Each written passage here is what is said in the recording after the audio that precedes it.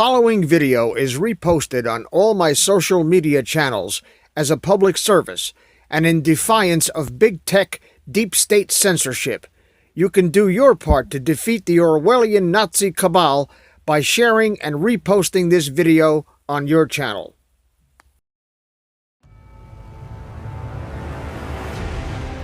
It's our purpose to bring to bear the principle of common sense and rational discussion to the issues of our day.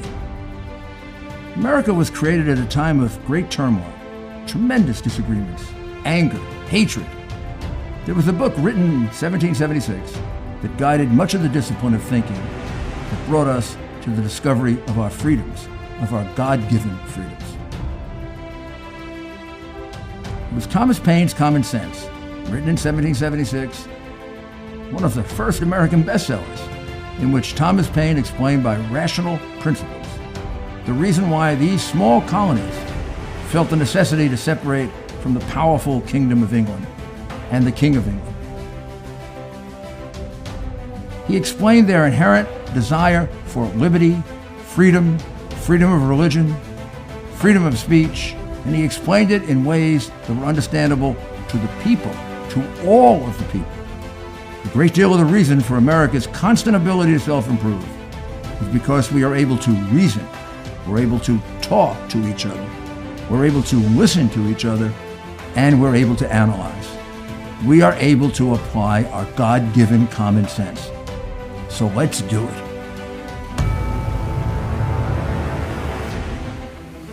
Hello again, this is Rudy Giuliani doing Rudy Giuliani's Common Sense. Today we have with us John Schneider, who is the founder of Papa John's. You know Papa John's, you've all had it, particularly watching football games. And also a man of, a man who really is the quintessential American-made man, you know, who was able to create this himself, a man who has an endless number of ideas, and a man who's been up and down in life. And I can't think of a better time to talk to a man like that, and a man with a terrific optimism and vision. I can't think of a better time to talk to a man like that, that now that we're going through a pandemic, we're going through these riots where American cities are being attacked. He also has had Papa John's in just about all these cities, so he really knows them well. And he knows the American personality well. John, it's a great pleasure to have you with me. Well, thank you, Mayor. Thanks for all those kind comments. John, tell them how we met. 2012, I needed a coach to throw the first pitch out to the New York Yankees and the Tampa Bay Rays game. And sure enough, you were there and you were coaching me and you gave me a lesson, release it high. And you nudged me on the shoulder and said, "You listen well, pizza guy." Well, John, I've since gotten to know you really well. And you're a real, I consider you like a real American original. You're one of the people that's created an iconic brand, but you only create iconic brands if there's something about you that's very unique and unusual. And I'd like to tell, just briefly for the benefit of our audience, where did you develop this spirit? And how did you if somebody has this spirit, how do they get started? Well, I appreciate you saying that, but really it's the people I put around me. And we had a great team, and they did all the heavy lifting. They really did a great job. And I was kind of along for the ride. But I was taught early on to just really love and respect other people. I came from both my parents and my grandparents. I can remember when we hired our first waitress at Mix Lounge for $7 a day, who's still with us, Denise Robinson. And, do you mind telling me how long ago that is? That was October of '83, so we're looking at 36 years, coming up on 37 years. But my dad hired her as a cook, and said, "Well, great, we finally got a cook $7 a day." And I said, "Dad, you know, that's fantastic." And he goes, "There's one problem." And I said, "What's that?" I called him Champ. I said, "What's that, Champ?" He said, "She can't cook." And I said, "You hired it." This is back when we didn't have $7. I said, "You hired a cook for $7 a day and it can't cook? What are you doing?" He goes, "She's got a great personality. She's got a great attitude." And so we learned early on a fabric of it: hire for attitude, train for aptitude. Been with us ever since. She's fantastic. Hire for attitude and train for aptitude. God, that's fabulous. You know, I always, this is a different field, but I always, as U.S. attorney, I used to have a lot of very qualified people, and I always picked the one with the most enthusiasm. Yes. Because I always felt the people with enthusiasm will love the job, and if you love a job, you do it better. Absolutely. It's attitude. You know, you got to have a positive mental attitude. If you think you can, you're right. And if you think you can't, you're right. And that is all about be enthusiastic. And that's the problem with the situation we're in now is emotions are infectious. Anxiety is contagious. Now more than ever, we got to stay positive. Yeah, you know, and it's true. Virtually all the things that we hear are negative, right? And then even when, let's say the president tries something uplifting, his Democratic opponents try to twist it, like the appearance at St. John's Church, which I thought was just beautiful. That he went there and he held the Bible, and every American can relate to that one way or the other. And then they attack him because people had to be moved aside in the park. But a president has no idea. I used to do security for Ronald Reagan. I even did security for Clinton when I was U.S. attorney. Presidents don't spend time on how they get moved. If they did, they couldn't be president. I mean, it was a cheap shot. But it's almost as if there are forces in this country who don't want us to be positive. Well, unfortunately, we're in election year, and the negativity of the two parties pulling against each other is, I think, a deterrent for us all to get back on our feet. And we got to put politics aside because this is a triple whammy. You have the virus, the coronavirus, and then you've got the fallout with the economic situation, 20% plus unemployment, people losing their homes, and now we got the protests, the riot. So this is a triple whammy. So we've really got to dig down. We got to pick ourselves up by the bootstraps, and we got to pull together and get this thing back on top here. That's for sure. You know, you're absolutely right. And I just want to spend one more minute on how you got started. So now you have a whole history, and you've learned a lot, and you can teach it to other people. But when you first got started, there had to be a feeling of fear that you might not make it, right? You were taking a big risk, weren't you? Huge risk. And, when things are in doubt and you think you're not going to make it, that's when you have to hold on to yourself. You can't listen to the naysayers. You got to stay positive. When the whole world's falling apart, you got to hold on to yourself and stay solid and pull yourself up by the bootstraps and get through it. And that's what we did then. We did that with the bar. We did that with the broom closet. We've done it multiple times with Papa John's through the years. Now this is a big one. I mean, what we're dealing with now as a country is big. And I just remember how brutally tough it was in the broom closet, but at least I could sell my product. Well, tell people about the broom closet a little bit. They know a lot more about Papa John's than they do. Everybody knows Papa John's, but the broom closet, I think, would be, not as many people. Well, I had the concept for Papa John's in college in '82, and I put it in a little box. And so I wanted to open a pizzeria, but I didn't have any money. But Daddy, in the back of his 50-cent bar, Mixed Lounge, had a broom closet. So I created a pizzeria for $1,600 because that's all I had. And so I sold $5 pizzas out the back and 50-cent beers in the front, and that was the beginning. But again, we could open the doors. We could do business.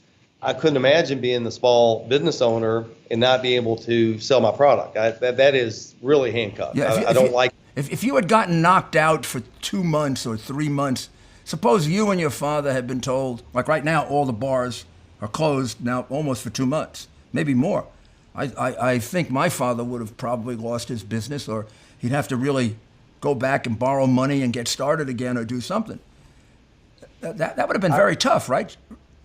I don't. I'll just be brutally honest. I don't know if we would have made it because remember, I was in the bar business and the pizzeria, and the bar business was carrying the pizzeria. That's how I got. It bought me time to figure out how to perfect the recipes and the mechanics and the concept. So if they'd have shut that bar down, I'm pretty sure I would have had to shut that pizzeria down, and there wouldn't have been a Papa John's. Yeah, there must be a lot of people in that position right now. A lot of people that are sort of close to the line. Maybe they're just about making it, and then all of a sudden they get knocked out of no income, no revenue for 2 months. Well, like you, Mayor, I love people. and I love people to be successful. Because if everybody's successful, we're all going to be successful, just because it, it itself, works that way. So I think to be empathetic, you have to walk a mile in somebody else's shoes. And that's why I can relate to small business. I can talk to them because, I was broke. My checking account was overdrawn, and I didn't know what I was going to do with my life. And I was scared. Frankly, I was scared. I can't even imagine being a small business and not being able to open my doors and just sit there and wait, because time is money. Fixed costs are fixed costs. And so my heart goes out. I'm heartbroken by what America and small business owners are going through for this. And I know we're doing some things, right, and we're trying to do our part, but I don't feel like it's enough, frankly. I really don't.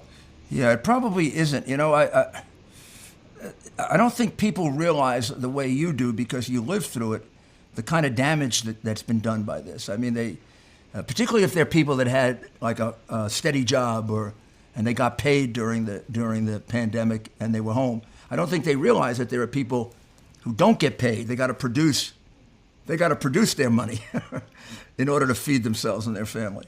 And there are over 100 million of them. So, right. So that's a lot of people. Well, let's take one thing at a time. Let's take the virus, Corona. I mean, there's three outcomes. One outcome is we have another wave. Oh, heaven forbid. That's not good. We can't really afford to go back to where we were a month ago.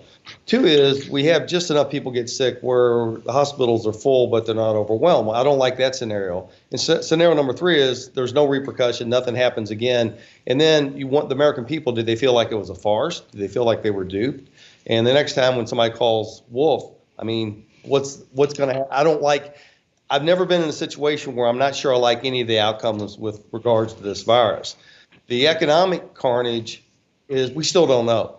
I mean, we haven't seen these kind of unemployment numbers since the Great Depression. And remember, the Great Depression went on for 21 years. I think we're smart enough and have enough persistence and tenacity that we're not going to have that kind of longevity. But we still don't know what's going to happen. So now we have two fronts where we don't know exactly what the consequences are. And I think that's scary for all of us.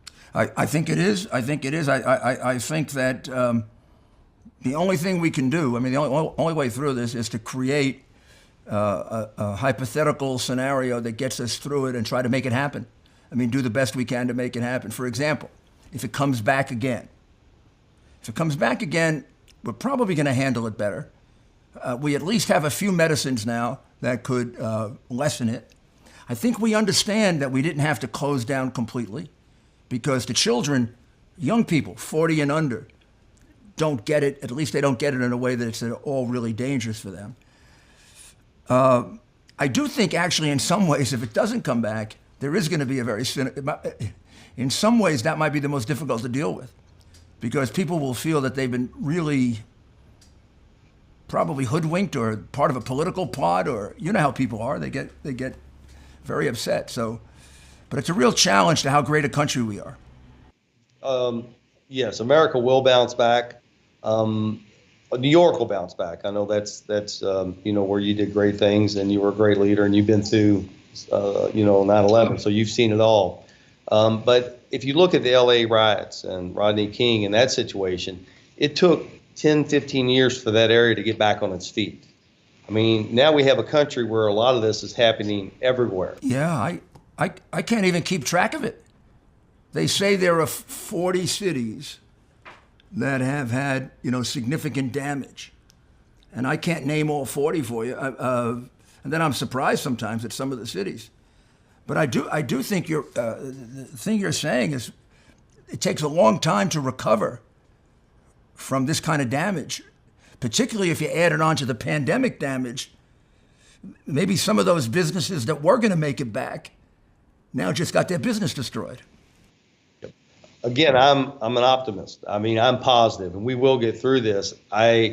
We don't need anything else to happen right now, because it seems like a pile of negatives. Yeah. I think it's going to take 10 years for New York to get back on its feet because of the tenacity of New Yorkers. But the point I was making is there's going to be some residue here, and it's going to take a little time to heal this. Right. And I think in the interim we have to don't react to other people's reactivity. understand emotions are infectious. Anxiety is contagious. Anxiety right now is at an all-time high. You can feel it. I can feel it. America can feel it. And that tendency, those emotions have a tendency to make people reactive and do things that are not healthy. So we got to stop doing those kind of things. And then we got to stay solid with ourselves, our values, our principles, what this country was built on. So I think we stick to our principles and values, have a positive attitude, the 3 E's, effort, enthusiasm, entrepreneurship. I think we'll get to a good place sooner than later. Now, John, you probably know each one of these cities in one way or another, right? Because of your business. You were Papa John's all over America, right? We were actually in all 50 states and in 50 countries. I thought so, yeah. So every one of these states and cities means something to you. Yes. Do you think there was a connection between the pandemic, the lockdown, the shutdown, the fear over making a living, and then what happened? That although the protests were about George Floyd, there was underlying that was also this other tension that's going on? I think there was a lot of pent-up emotions. You have 3 kind of folks here that are demonstrating. One are peaceful, and they should be out there. This is crazy. What happened to this young man is absolutely horrific. This is something that's got to stop. It's bad for everybody. It makes all police officers look negative and be in a negative light, and it's not good for our country. It further divides. And you got folks that are kind of coming in from out of town that were set up to do this, to loot and cause destruction, and that's no good. Then you got the third group that are just stealing stuff, and they got to put a stop to that. So, and then we're in the middle of an election year, so you have the perfect storm of people pent up. Now you have peaceful protests, which we should be doing, and then you have the riots and the theft, which we shouldn't be doing, and you combine that with the economic carnage that's been done by the virus, and you have the perfect storm. It's Lord help us. Let's don't have anything else happen right now. Let's clean up what we got. I think this would be a good time to take a short break. Welcome back. I think as I listen to you, John, I think the answer, if there is one, is we got to go back to where we started. This all started on the 25th of May at 10 o'clock at night. And somewhere between that night and the next day, almost everybody saw that video of the police officer with the knee on the man's neck, people yelling out, "You're going to choke him." He kept the knee there anyway. And I think at that point, we were pretty close to as united as we ever get as a country. Your first reaction to it was horrible. My first reaction to it was horrible.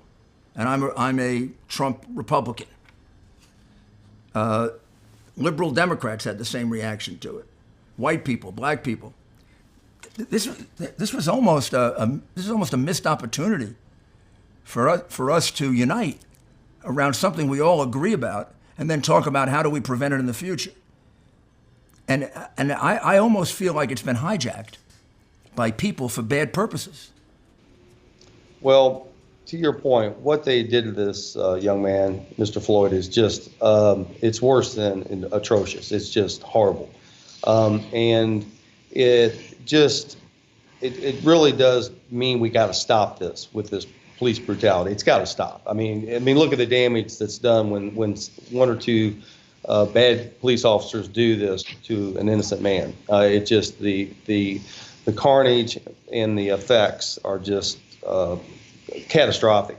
But one thing I learned, Mr. Mayor, from Peyton Manning was when things are really bad, like I said, "Peyton, what do you do?" He said, I learned this from Archie Manning. He goes, "Always level set." So what do you mean? He goes, "I look at the time, I look at where the ball is at, I look what plays, I level set, and then I move forward." And now's the time where we have to stay positive, no negative thoughts, no attacking each other, and level set. Play the next play, put everything behind us, and let's move things forward and stop with the negativity that are pulling us backwards. Level set. And I think in this situation, it would mean let's realistically look at this problem and find out exactly what it is, because some people exaggerate it, some people underestimate it, and then find a way to kind of deal with it in a much more effective way, and as you say, stop it, and then try to get all of those. I mean, the vast majority of people don't fit in the category of thieves or people who want to loot or burn things. So they got to be isolated. Somehow they have to be isolated. Right. I think and you've lived this, being mayor of New York, you would know better about the issue of police brutality than I would. I knew it was an issue, but I don't think I really had the appreciation that I needed to have that I have today with what I just saw. I got to tell you. But what I don't like about this is we have an issue here, race. We have an issue in this country we have to solve for. There's no question about that. And what happened to Mr. Floyd in Minneapolis can't happen again. That's crazy. But there are a lot of people that are exploiting this. And I don't like that. I don't like it when people take a situation that's already horrific and exploit it for politics or personal self-gain or stealing stuff. I just think that therein lies a big problem. There may be people that don't want to solve it because this is the way they make their living. They make their living by jumping on top of these situations, and they don't want to solve it. So I think it is very necessary, and the president has to be a big part of this, of finding the people who really want to solve it, who in good faith want to solve it, even if they disagree about politics. And you're right, it's very hard to do that in an election year because the people on the other side don't want to give them a victory. Well, it's even worse than that. There's people out there that not only do not want to solve it, they want to make it worse. Right. And then attack the people who are trying to solve it. So it's that escalates that way. But I think one thing about this president, you know him better than I do, he is resilient, and he does not back down. And he is a leader, and he's been pretty aggressive with this situation. But I want to ask you, how do you feel like he's handled it? I think he's handled it. I think he's handled it as well as anybody could have handled it, and better. But I think that there's a real effort. Everything he does, they find a way of either lying about it or twisting it, or so they don't give him a chance to unite. Because look, let's say we're 50% for Trump and somewhere around 50% against Trump. Maybe it's a little more in his favor or against him. He's talking to the 50% that are for him very well. 50% of it against him, I think he's talking to them well too. But the people they respect and admire are all attacking him. So it's hard for him to crack through that. But I think, the one thing about him is he doesn't give up. No. Like the tax cut. He tried the tax cut 4 times before he got it. I mean, I read 100 articles that he'd never get it. And I said to him, you don't know Donald Trump. If he will eventually get us through this.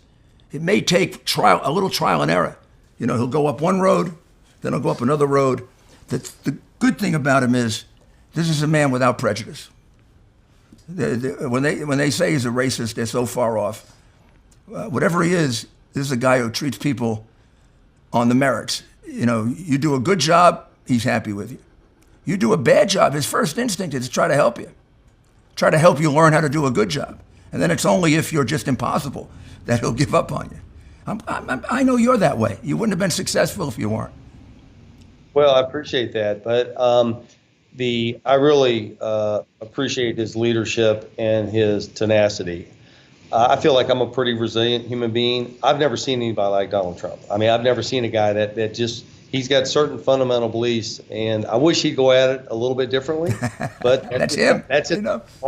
But he doesn't get paid for style. He gets paid to get the job done. Right. And he does get the job done. But I mean, with what this guy's been hit with, and he just keeps marching, it's fascinating. It's amazing. And I think I know all the folks in D.C., all the politicians. I know them all. And the one thing they all agree on, Donald Trump's the only guy in D.C. that's not on the take. The only guy. Just about true, John. I hate to say that. Maybe there are a few others, but yeah. I mean, the whole idea that would be affected by lobbyists is ridiculous.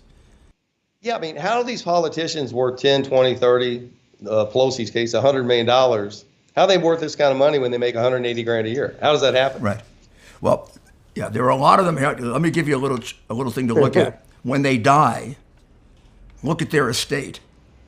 Right. And you know who has the money? Usually the wife or the brother.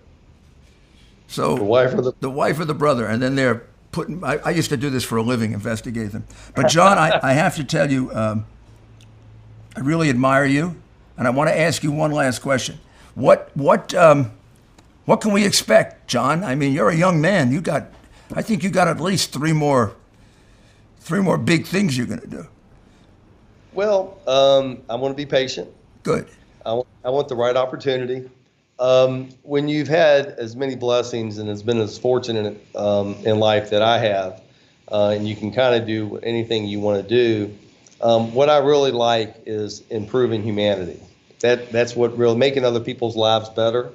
And maybe that's another pizza deal. Maybe that's something in the health industry. Maybe that's something in the food product. I don't know. But in my soul, it's got to be something that benefits humanity. Otherwise, I'm not going to do it. You let me know because I'm betting on you. And I'll support you. Well, thank you for having me. This has been wonderful. Well, I look forward to seeing you really soon, and we can talk some more. Thank you, Yes, sir. John. Thank I really enjoyed it. I think this will be very helpful to people at this particular point. I think you isolated and summarized really well what we're going through all at once, and God bless you. God bless you. I hope that was helpful. It sure was. All right. You're the best. Good. I look forward to seeing you again. So that was an interview with an extraordinary man. I think that it will be very, very helpful to many of us because, at least for me, a lot of what I've learned about leadership and a lot of what I've learned about how to run businesses and prosecutors' offices and law offices came from other people. If you read my book, Leadership, you'll see I say there that I think I borrowed everything I did right from somebody, and I try to locate in the book who taught me that particular lesson, whether it was my father or my mother or one of my teachers or the judge that I had the good fortune to clerk for, or sometimes a lawyer who was an opponent that did something particularly well that I didn't. I think without even knowing it, that's how we learn in life. And sometimes it's good to focus on it that way and say, now, look at this man, look what he achieved. Let's go back over that interview and say to ourselves, what do we think made him succeed? And I think you can see it, right? Optimism, giving a lot of thought to what you're going to do, surrounding yourself with really good people, using a method for finding them, which is who's the most enthusiastic, who seems to have the most spirit. A lot of things you could learn from that. I suggest listening to it twice, and the second time take out a little piece of paper and put down what you learned from it. That was a particularly useful interview. So thank you for listening, and we'll be back very shortly with Rudy's Common Sense.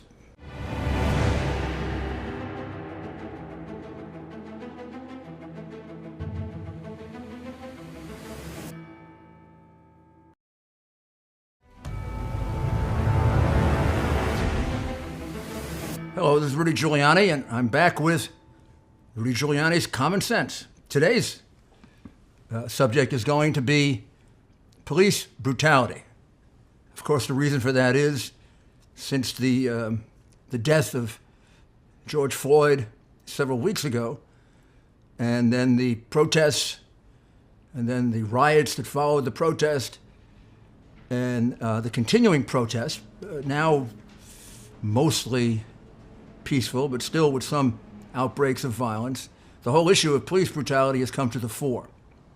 The lawful protesters are protesting not only the death of Mr. Floyd, but they're also protesting the general subject of police brutality, which they see as afflicting mostly all the police and all the police departments in the country. They see it as a systemic problem.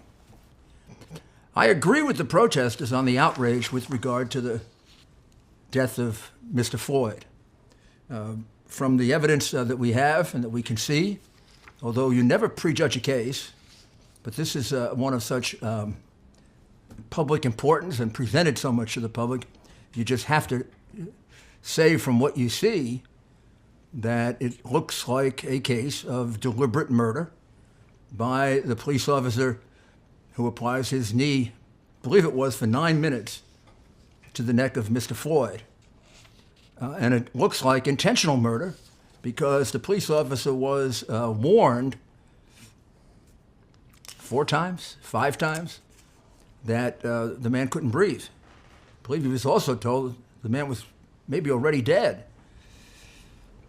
Compound all that with the fact that the police officer standing by, the second police officer, let's call him, was doing nothing but apparently seeming to try to keep the people away from Police Officer Chauvin, who was the first police officer, while Police Officer Chauvin was applying his weight to Mr. Floyd's neck. So there we have what looks like an accomplice, certainly aiding and abetting, assisting in the murder of Mr. Floyd. With regard to the 2 other police officers that were involved, the only thing we see is probably 2 of them, certainly one of them, with his knee in or around Mr. Floyd's back at some point in the attempt to subdue him, if that's what they were doing. Their liability is probably in more doubt, and we probably shouldn't speculate on that until we either have more evidence or we go to trial. In the year 2019, which is the last year for which we have, good FBI statistics, they're not really available yet for 2020. There were 9 fatalities by the police shooting an unarmed black, which of course raises always the question then of, was it in order to deal with a crime, in order to bring about self-defense, defense of other police officers, or was it totally unjustified? And when the man is unarmed, it becomes a much stronger case of an unjustified killing. Not always, but much stronger. So there were 9 of those situations, just 9 in 2019. I think you're going to find that surprising because I think you probably think there are far many more than that because each one of them got so much more scrutiny than just a murder. By the same token, there were 20 such incidents involving whites. In other words, the police shot and killed a white man who was unarmed 20 times, and 9 times for people who are black. Even more important than that, you've got to compare that 9 times to the number of times blacks are killed. Of course, blacks are the biggest number of victims in our society. In a city like Minneapolis, for example, the last year we have a study of, the percentage of blacks killed in Minneapolis was 79%. 79%. That's an extraordinary percentage, given the fact that there were only 18% of the population. If you want to get even more particular, we're really talking about mostly, overwhelmingly black men, and they constitute more like 8% of the population, or 7%. So look at the disparity. That's an unbelievable disparity. That leaves Hispanic victims, Asian victims, and very, very few white victims. So in Minneapolis, the crime of murder victimizes blacks, if not exclusively, almost exclusively. And the number of perpetrators is almost in line with that. It's somewhere between 70 and 79%. So basically what you have is intraracial crime. Blacks kill mostly blacks, whites kill mostly whites, and the number of killings is much, much smaller, but it's still intraracial, and then similar for Hispanics. If we look at the overall crime numbers in the United States, there's all of the United States. The older cities that have large black populations, some of the South that has large black populations, and then other places where there's almost no black population. Still, the largest number of victims of murder and other serious violent crimes are blacks, about 52 to 53%. And again, very similarly, the number of and percentage of murderers, people committing the murders, are also black. So you have nationwide a very, very substantial number of black-on-black crimes and a very small number of incidents with the police. In fact, if you will look at all of the times in which police killed blacks in 2019, including many of which were in the course of a crime and were fully justified or self-defense, and involved people with guns and weapons, the whole number comes to about 235, which is very, very small in comparison to the number of times blacks were killed overall. And that number, you sort of have to do an extrapolation from the 17,300 murders, and it's something like 8,000 black, mostly men, were killed in the United States in 2019. And again, 9 turn out to be unarmed black men. All the rest were killings done by civilians, and probably 7,000 of those were black on black crime. And now I think it's time to take a short break. A good security system makes a family feel even more secure at home. Simply Safe does just that. It creates a secure home, and it's simple to operate. Simply Safe reinvented the home security industry years ago when they introduced a wireless system using Wi-Fi signals instead of running wires all throughout your house.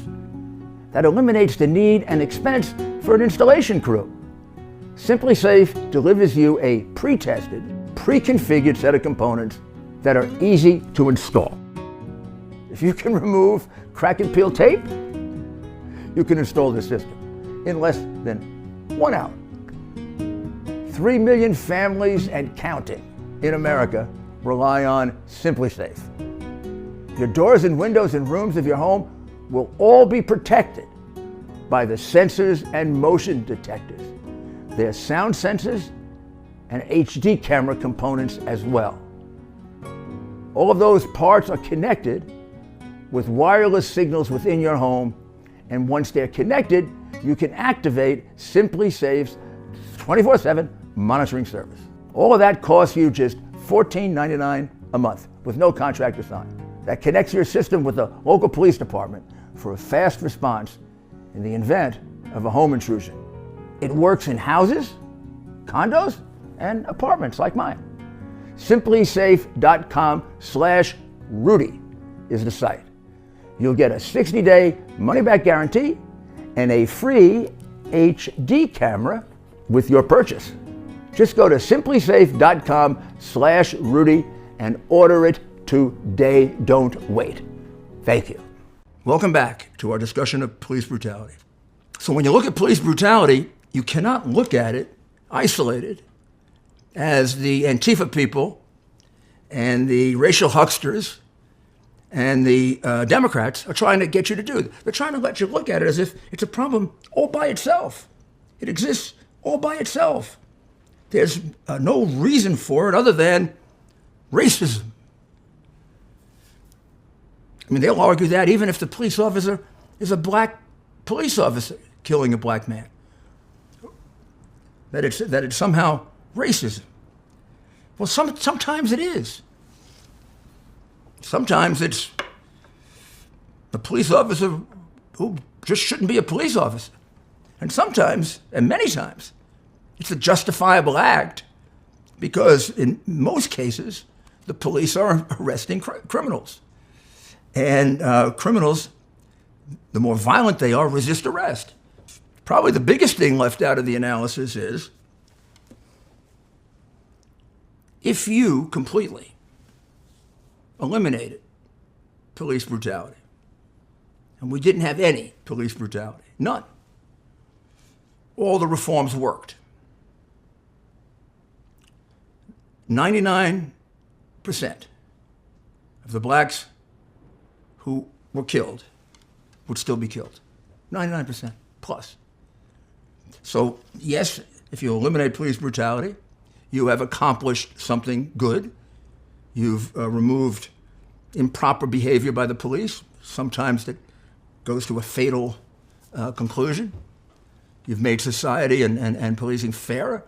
You've reduced some of the tension of the community, but you really haven't saved black lives, have you? And here's the hypocrisy with this whole Black Lives Matter movement. It really isn't a Black Lives Matters movement. It's actually those black lives killed by police matter. Because the rest of those 6 or 7 or 8,000 killed by blacks or others virtually are ignored. Even very, very dramatic ones.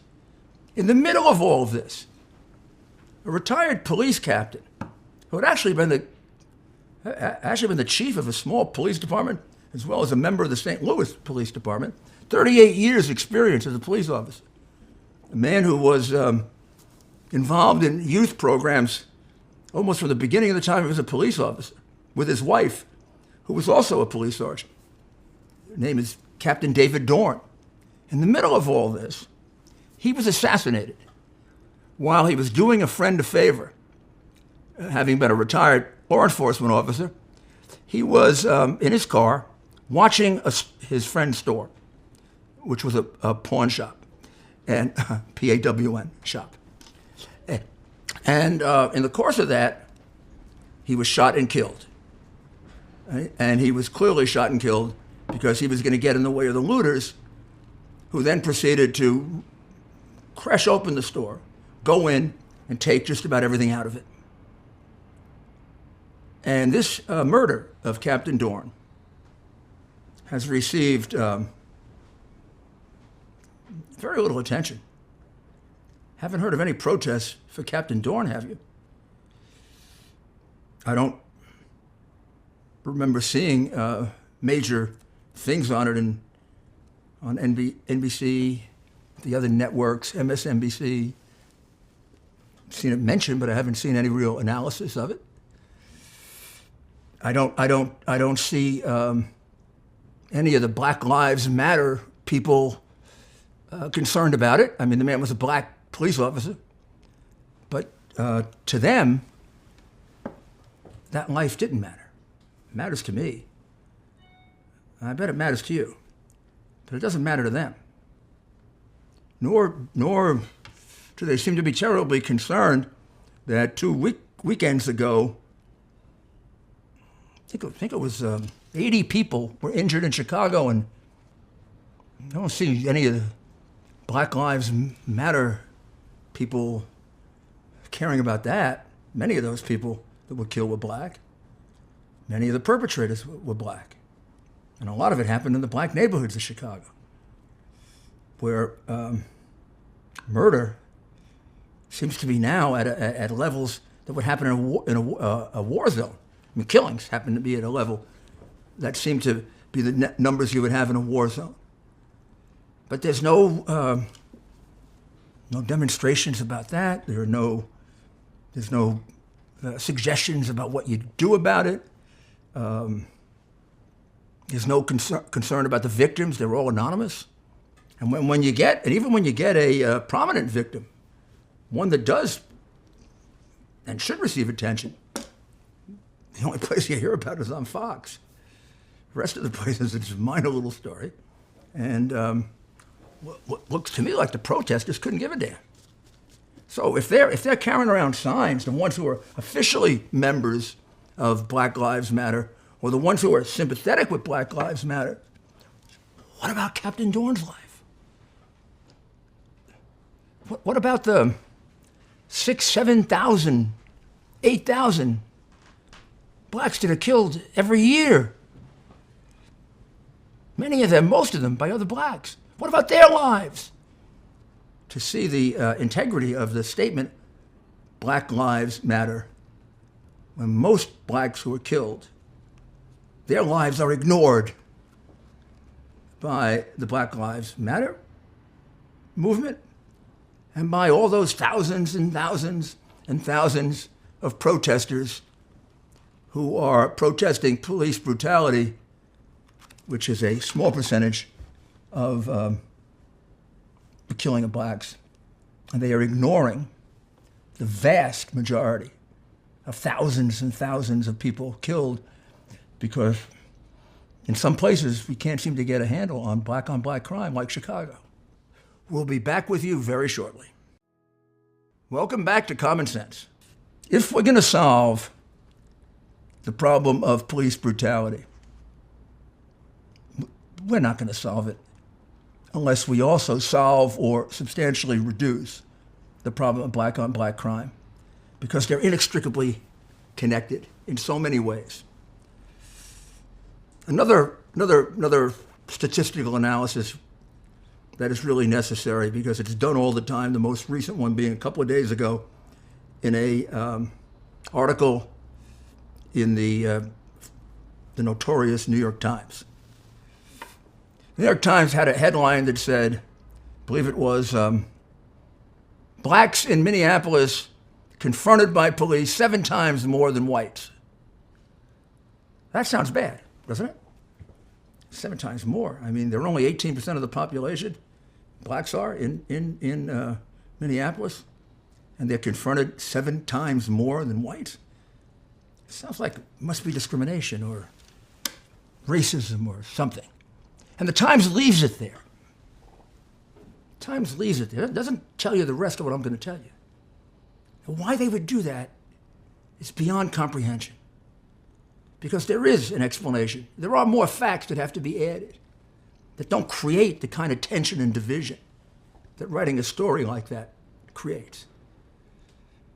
I mean, you're fueling the flames of a problem that is a real problem, but you've taken it to hysterical and exaggerated levels, and now you're compounding it with a false story. Because here's the explanation for why blacks are confronted 7 times more in Minneapolis than whites. Because they commit somewhere between 70 and 79% of the violent crimes in Minneapolis, even though they're just 18% of the population. And the number of times they're confronted is proportionate to the number of crimes they commit.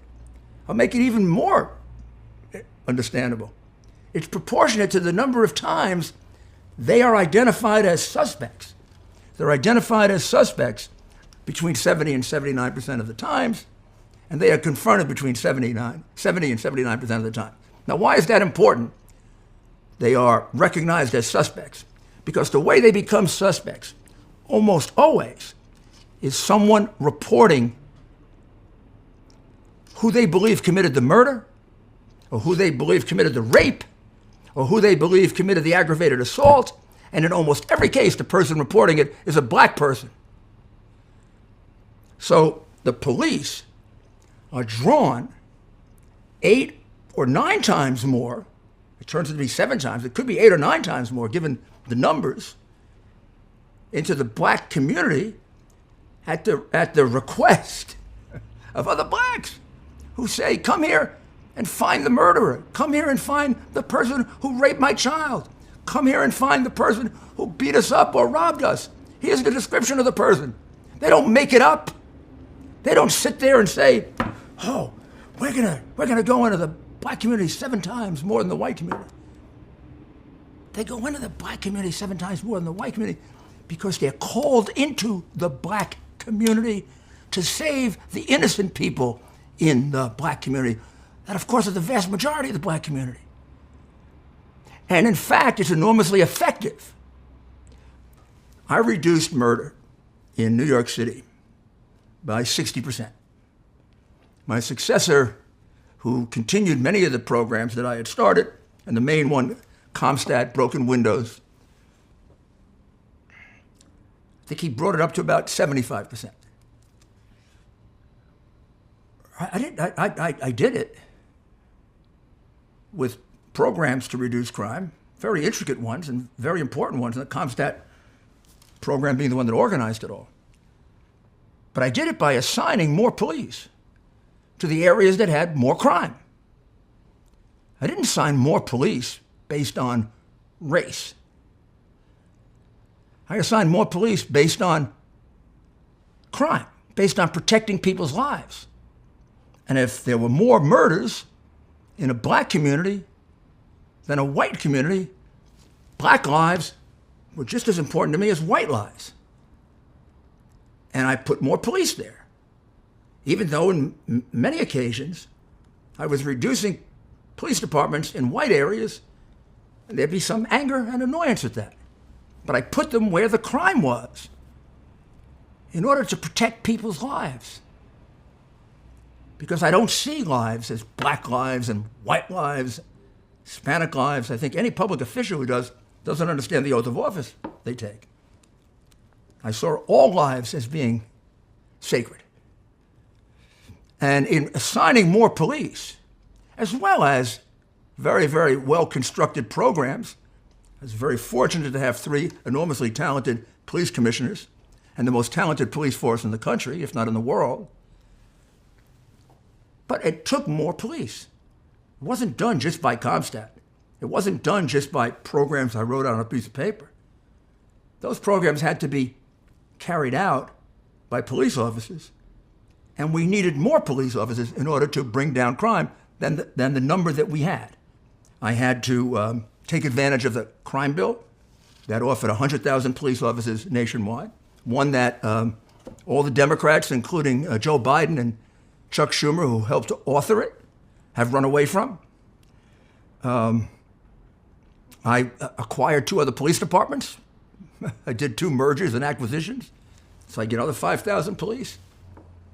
And because of the assignment of those police, we brought crime down during my tenure by 60%, overall 75%. Realize how many black lives were saved by doing that? The biggest beneficiary was by far the black community. Murder was actually brought down in the black community more than any place else, which is where it had to be brought down, because it constituted anywhere from 70 to 80% of the murders in New York City. If you didn't bring it down to the black community, you weren't going to bring it down at all. And we brought it down dramatically, even more than 60% in that community. And we saved thousands and thousands of lives because those lives mattered to us. Those lives do not seem to matter to Black Lives Matter or their mindless followers who don't bother to analyze what I'm saying to you and don't seem to care about Captain Dorn or the black Americans who were probably killed last night in Chicago.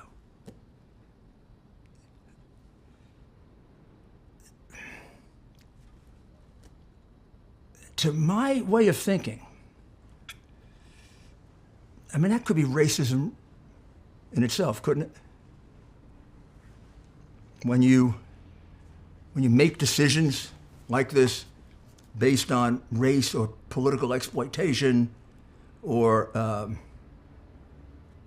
some kind of a strange desire to be an anarchist or bring down our government or defeat a political candidate, to use race in this way. So as you reflect on this, if we're going to solve police brutality, which I think we're capable of doing, we're only going to solve it if we identify it properly. And to identify it properly, we can't pretend, because that's what the media wants us to do. I mean, they intimidate corporations and athletes, and they intimidate them with false information, propaganda, and then fear of being ostracized and vilified and called names if you don't agree with them. That police brutality is the single biggest cause of all the problems in the world. And if you continue to look at it that way, you're never going to solve it. Because you're not going to be able to solve police brutality until you solve the overall level of crime in the black community. Because the thing that brings police into the black community is the overall level of crime in the black community. So it has to be all dealt with.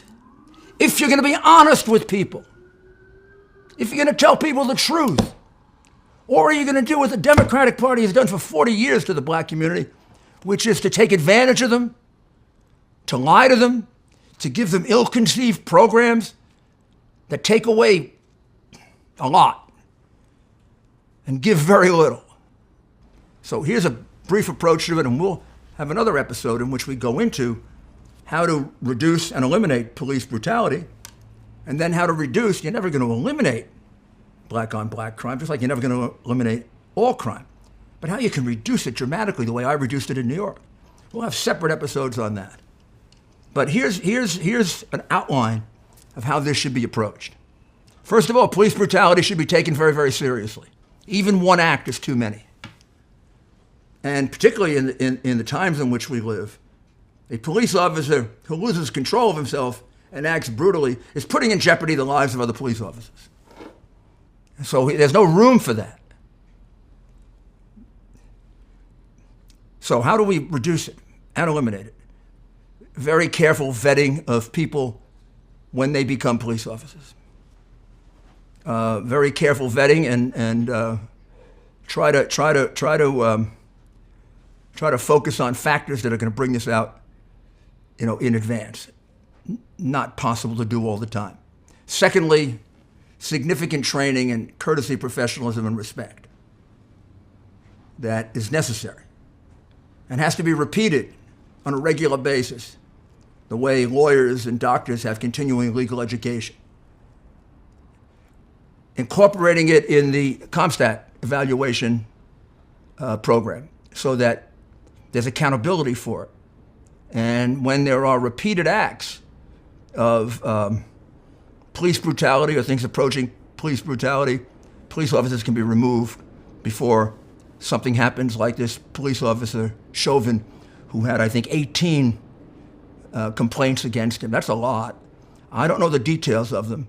They will tell you a lot about whether this was a racist act, whether it was a sadistic act, whether the man was disturbed. It will also tell you a lot about whether there should have been action taken against him in advance.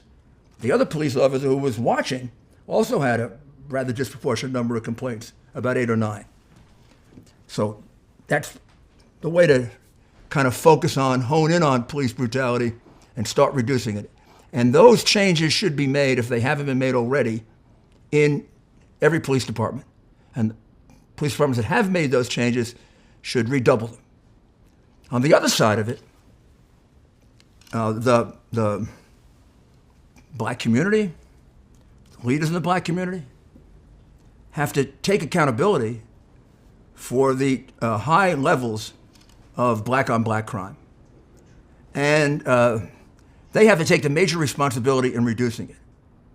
They certainly can ask and should get the help of the government with responsible programs that will assist in doing that. And I have a couple of really good suggestions of the kinds of programs that would really assist. A lot of them having to do with bringing the police and the young people in the community together so that they understand each other better. Because a lot of the problem, if you want to get close to a more repetitious problem for blacks in terms of dealing with police, is disrespectful behavior and behavior that isn't what it should be. I think, first of all, there may be a higher sensitivity on the part of black people because of the way in which they were treated in the past. And then sometimes there can be fear factor on behalf of the police officers, or in some cases, very bad attitudes. All of that has to be dealt with, as I said, together. It doesn't happen in a vacuum.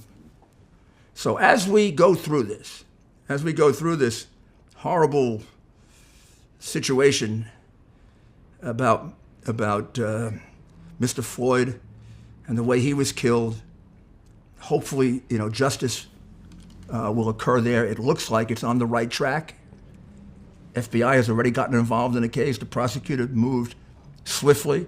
You could argue that the charges should be murder 1 rather than murder 2. There may eventually be murder 1. He did start at murder 3 and go up to murder 2. But certainly you can't say the case isn't being paid attention to in the legal system. It is getting expeditious and very, very intense attention. But equal attention should be given to the situation involving Captain Dorn, and equal attention should be given to the other ways in which we're losing way too many lives in the black community. If we can see them both together, and we can talk honestly to each other without fear of being called a racist if you say something that somebody thinks is insensitive and you didn't mean it. I mean, we throw that charge around so often now. Do you know it almost doesn't mean anything anymore? Let's see if we can discuss this honestly. You know, let's take the risk that somebody's going to say something a little bit insensitive if they talk honestly. So we can get it out on the table and we can resolve it. We can do that. We can do that because we're Americans, first and foremost. There isn't a higher value to anyone's life because of their race or religion or ethnic background, or less value. We're all children of God, and we all have to be seen that way. And hopefully, if we can talk to each other about this, get the politically motivated, the monetarily motivated, the ideologically motivated out of it, and just the people who in good faith want to solve it in it. And there are plenty of those in both communities. There are plenty of those in the police department, and there are plenty of those in the black community. They can resolve it a lot better than the people who have been misconstruing it for years now. We'll have more on this in future episodes, but I thank you very, very much for your attention. And please send me any questions you have. Go to my website, and whatever questions you have about this, I really would appreciate your comments. Thank you very much, and we'll be back in the near future with another episode of Rudy Giuliani's Common Sense.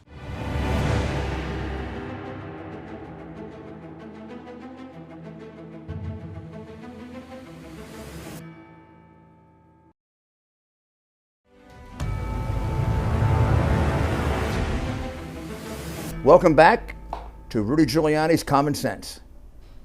Today we have with us a true New Yorker, a New York legend really, Curtis Sliwa, who started the Guardian Angels, and they've had quite a history. And it almost seems to me, because I've known Curtis now for 30 years, that this is like, in the words of Yogi Berra, deja vu all over again. Yes. Right? This is like when we first met. Yep. Basically, the streets were out of control. The police department, possibly for different reasons, but whatever, they weren't able to control the streets. People desperately needed help, and businesses would call on him to bring the Guardian Angels in to give them some form of protection. That happened just last week with these terrible riots. So before we get to the recent incidents, tell us a little about the Gotti situation. How that happened. The Gottis and the Gambinos. Right. So John Gotti Sr. is on trial for the last time, the fourth time, the one where eventually the Memorex tapes and Sammy the Bull Gravanos sent him triple life without parole and marry him. And so every morning, I was on with my wife at the time, of who you had a few battles with on the air when you were running for mayor against Dinkins. She loved Dinkins. Hey, Lisa, you couldn't have been more hopelessly wrong on that. But anyway, so I would do mob talk. And basically, it was like, remember, during the OJ trial the next day, you would summarize what had happened. Right. So even at that time, the big talk radio hosts, you asked Stern, you asked Imus, you asked Bob Grant, you're going to talk about Gotti. Oh, no. Not gonna talk. I'd say, talk about him. I grew up with them. East New York, Rockaway, Fulton. I know all about these yadruls, these knuckle draggers. So every day I'd be lambasting them. And so then they would send their spokespersons up to do interviews. The little Duce there, you know, his legal counsel who was fixing juries. I mean, everybody would come. And guess who was listening to these programs? Because they give them an AM radio when you're in the stir. Gotti was listening? Yeah, Gotti Sr. So he's on the phone with the underboss, Gotti Jr. Say, hey, you gotta shut this guy up. You see what he's saying about you, your sister, you know what I'm saying, that putain, you know, Victoria. So he's going crazy. He says, shut him up. I don't want to hear this guy anymore. So in April of 1992, they attacked me with baseball bats outside of Tompkins Square Park, where they had the riots with the anarchists. Right. And the only thing Dinkins did was put up a fence. The fence saved my life. They trap me outside of my apartment. I'm fighting 3 bat-wielding thugs, right? And it's the international UN team. They got McLaughlin, they got Kaplan, they got Ruggiero. The Italian, the Irishman, and the Jew. They're whooping me, and I'm fighting them off. And then I realize I'm dead. Right. So I run across the street, and I scurry over the fence, and boom, beat me up. Then they pop a donut, they leave. Better shut the F up. Okay, I'm gone. I'm on the other side. I'm bleeding out. There's a Rastafarian guy who had just sold a nickel or dime bag to this white yuppie guy there, and they're looking and they're paralyzed. I said, get the cops. Cops come over from the 9th precinct. They had to find the key, open it up. Hey, I guess you're not Superman, right? Because cops didn't like that us. was nice greeting. So they take me to Beth Israel. Right. They put the cast on, and they say, oh, you got to stay here at least a week for observation. You have a concussion. I said, what concussion? I'm going on the air. I'm telling a story. So then I told the story that my cousin Butchie had told me years before, Lush in Howard Beach, but he was at the Silver Fox disco when John Gotti Jr. came in with Ruggiero and his crew, and they were looking for a guy that they had given a kilo of cocaine to on consignment, and they found him. And so they surround him, say, where's the Skero? Where's the movie Shmula? And he said, F you and your crew too. And then Gotti gets a shift 46 times, boom, boom, boom, guts him out like a pig. He's on the floor. They grab Gotti Jr., throw him in the Lincoln LTD, drive him over to the Bergen Hunt Fish and Shoot Human Beings Club where his dad is. Right. And they say, oh, he just gutted out a guy. Right. No problem, we got it. So all of a sudden the investigators come over, and one guy in the crowd actually talks. He said, I saw it. Right. Gotti Jr. killed, that was my best friend. Right. So now all of a sudden what happens? Well, Gotti Sr.'s there at the Bergen Hunt Fish and Shoot Human Beings Club. And who calls him up? John Santucci, who had those 12-hour lunches at the Altadonna restaurant. Of course, people, you got a problem. Your son, we're going to get him on a murder rap. Take care of it, which he did. All of a sudden, a few days later, the guy who had confided to the police said he had seen it was hanging from a tree right outside of Aqueduct Racetrack, except his knees were on the ground. Apparently, according to the coroner, he had committed suicide. But you know what that was. They broke his neck and they hung him, and everyone in the neighborhood knew snitches get stitches and end up in ditches. Right. There's no doubt of Gotti involved. They took the coat of Omerta. Right. My cousin Butchie, though, he had a few cold ones. He used to like to drink Ballantine beer. I don't know where he found Ballantine beer, but he found it. And he tells me the story. So I get on the air that morning. I'm all busted up, right? And you tell the story. I tell the story, and Gotti Sr. freaks. He says, yo, that's a murder rap. There is no statute of limitation. All of the feds listen to him. They're going to be coming for you. This time, you better get them. And that's when they hatched the plan that they would clip me as I was on my way to WABC in the morning to do the show with your favorite person, Lisa Sliwa at the time. And so I get in the cab early in the morning. I remember this exactly, sure. Except it's not a normal yellow cab. Right. It's Joey D'Angelo with the wheel, who is the right-hand guy of the rat, Gravano, so he had to prove himself. And he came from the Corazzo crew. Little Nick Corazzo, right? Hey, Jojo Corazzo. I grew up with them in Canarsie. We used to have running battles. So when Gotti Jr. said, hey, my dad wants this guy silenced, the Corazzo said, with pleasure. Don't worry about payment. We hate that prick. So they get Iannotti, who's their gunman, who is known as a machine gun freak, and he's in the front seat underneath the dashboard. D'Angelo is the driver. He's driving around. I jump into the back of the cab. Hey, Mac, WABC. And remember, this is 1992, June 19th. There's potholes everywhere. You can't find a cab driver that speaks English. I mean, 3 days before, they were tending goats outside of Amman, Jordan, and they get a hack license, right? So this guy goes, yeah, no problem, see you again. I said, wow, this is like Lotto. I got the New York Daily News, the Post. I'm reading the sports section. Weren't suspicious at this point? No, I'm thinking like I hit Lotto. I'm lucky. And then all of a sudden, it's at Madison Square Garden, which is west. Yeah. Because I was on Avenue A, St. Mark's, at the beginning of the alphabet jungle. And all of a sudden, halfway going north, he goes east. And I yell at him. I say, hey, Mac, I thought you knew where Madison Square Garden is. This is like Michael Salazzo and the lieutenant going to New Jersey. Yeah. We're going to New Jersey. Right.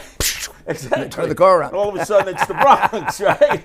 Except in this case, they were taking me over the east side. They were going to plug me full of bullets, drive me across the Williamsburg Bridge, throw the gun over the side, and then chemically incinerate me at a chop shop there. This would be a very convenient time to take a short break. Here where I live in New York City, you see people wearing these more and more as they commute. They're earbuds from Raycon. When commuting, you'll see them all over the city. But they're great to wear right now from home on video conference calls, or when you're exercising, or you're watching this video podcast, or if you want to listen to music. You just put them in, hit the music, and I'm listening to Bocelli con te partirò. You can listen to your favorite music. Raycon earbuds are really comfortable to wear because they connect by Bluetooth seamlessly, and you're not having to untangle all these headphone wires. The first time you listen to your favorite music, whether it's opera or something else, you're going to be amazed at how good the sound comes from this little thing. What Raycon has done is truly amazing. You get 6 hours of playing time between charges. And when you pop them back into the box, it charges efficiently and very, very quickly. And they're not that expensive. You're going to save a lot of money on these. You buy these online by raycon.com/RudyG. That's raycon.com/RudyG. Get them now. You're going to really enjoy them. Thank you. Thank you for coming back. And this is because you laid out this murder plot on the old man. Laid out the murder plot, but also I was disparaging them every chance I had. Yeah. I remember. And this guy acted emotionally. Right, but you called in one time, Broadcast Plaza. Remember? I remember. It was about the mob, and I was up there on the stage with the cop, the mob cop, and his mother, who looked like a Cecilia Mountain woman. Right. And they were inviting me over for some pasta vazou. In Betsy said, "Oh, you got the Gambino's all wrong." Meantime, they're planning to whack me. I said, no, I'll pass on the pasta vazou. That's how intense it was then. Yep. And remember, the city was out of control anyway. So all of a sudden, we're going to the east side. And I say, "Hey, Mac, turn this hack around." And all of a sudden, it's like he's driving Miss Stacy. He puts the pedal to the metal. He's hitting every pothole. Back then, it was a pothole every 5 inches. Right. It's like we're going up and down. And then I realized, I'm trapped. And all of a sudden, Iannotti, who had been underneath the dashboard, pops up. He's got a 38, and he starts blasting me. And he's hit me once. He's hit me twice. Car's moving. Oh, yeah, car's moving. So I'm like... Where were you exactly? About B and 8th Street. Okay, so he's Other shooting side of you. He's Tompkins shooting you Square from front seat. You're in back seat. Front seat. Remember, there's no partition because not all cabs have Close partitions. range. Holy God, that's really right. close. And he's popping me, and I realize I got to get out of here. So I dive for the side door. I figure I'll dive into oncoming traffic. I'll take my chances. And guess what? They had taken it to the chop shop opposite the right field wall of the O'Shea Stadium. The son-in-law, Carmine Agnello. Right. Yeah, they had fixed the cab, and they had cut off the handles and put them back on with crazy glue. Because the Corazzo said, Sliwa's crazy. He's going to fight. And they told Iannotti, don't shoot him in the head. You shoot him in the head, you're going to give him a chance to fight back. So what did Iannotti try to do? First shot, right in the head. He didn't pay attention to the old time. So at that point, it comes off of my hand. Boom! He shoots me through the leg. So now I've been hit 3 times. I'm bleeding out. You're very close to bleeding out, right? And now I'm jumping at him. I'm grabbing the gun. We're holding on to it. Obviously, he has the advantage. He's got all the strength, and I'm bleeding out. And then all of a sudden, I see my radio is on the seat. I grab my radio. Guardian Angel, code red. The driver, D'Angelo, freaks out. He thinks maybe that's a police radio. He goes up on the sidewalk and then makes a turn, and he's now going towards the Williamsburg Bridge. And that's when all of a sudden he poured leather into me again, boom, popped me. And he had the window open on the right-hand side, the front side, the passenger side. I couldn't see that. I just felt the air. And I said, I got to take a leap of faith. So I used the seat as if it were a trampoline, and I dived in the direction of the window. I made it halfway out the window. It's like a seesaw. I could feel the pebbles coming from the asphalt. Right. The tire's right there. Boom, he puts the gun in my back, pops me the 5th time, pushes me out, and they just assume I'm dead. How high were you? How high? How many floors? When you went out the window, how many floors did you come down? Oh, this one. Just One right out the floor. window. Boom! Onto the asphalt. But he shot you in the back as yeah, you were going, right, as right you were through going the out. back. Right. So now you're on the ground. There's a gin mill there where all the Hell's Angels are, right? They come running out. They turn me over. Curtis, don't die on us, Curtis. Right. So they were the ones, believe it or not, who called. They surrounded you and got you 911. Right, they surrounded me. It all came out in court testimony. Then the meat wagon came. They put me in a body bag. They put compression on me because I was bleeding out. We must have hit every pothole on the way to Bellevue. And luckily for me, Dr. Leon Pachter and a crew of surgeons were always on call at night because if a police officer got shot in the line of duty, they'd bring him right there. Right. So instead of a cop, they had Curtis Sliwa. And I remember he was talking to me in my ear. Where do you think he grew up? Canarsie, Brooklyn. He said, hey, Sliwa, remember me? I didn't remember. Oh, God. And then all of a sudden, they're cutting into me because, I'm in bad shape. So immediate operation, right? Right. They put me under. A day and a half later, I wake up in intensive care. I got tubes in every orifice in my body. I wouldn't be alive if not that, Right. to keep the toxins out. It's like a meat locker. Right. They got a sheet over me. And I slowly wake up. And who do you think I see to my left? Ed Koch, my nemesis. Rudy, I thought I had died and gone straight to hell without an asbestos suit. Because, he hated the Guardian Angels. What did he have to say? Oh, I couldn't hear it at that point. Then I look over, it's Cardinal O'Connor. Right. And he's got the vestments Right. of extremunction, as we were taught. right. He's ready to do the last one. Right, last right. And then right in the middle is Lisa looking at me, and I'm saying, I bet you wish you had a life insurance policy on me now, right? And you could collect on that payout. We weren't necessarily getting along all that well. And I survived. And then for a year, then I had to go back, get another operation. 3 months later, the head of detectives has a press conference, and he says, after an exhaustive, intensive investigation, we have determined that Curtis Sliwa was not shot by any members of organized crime, not by the Gottis or Gambinos, that it was probably a local issue, with local drug dealers, case closed. I was crestfallen. Because now people are looking at me like, Yeah, make you that just all up? make it up. Very right. There was this certain element that would do that. I remember People that. I are remember. calling me on the radio because obviously they're influenced by How the long were you in the hospital?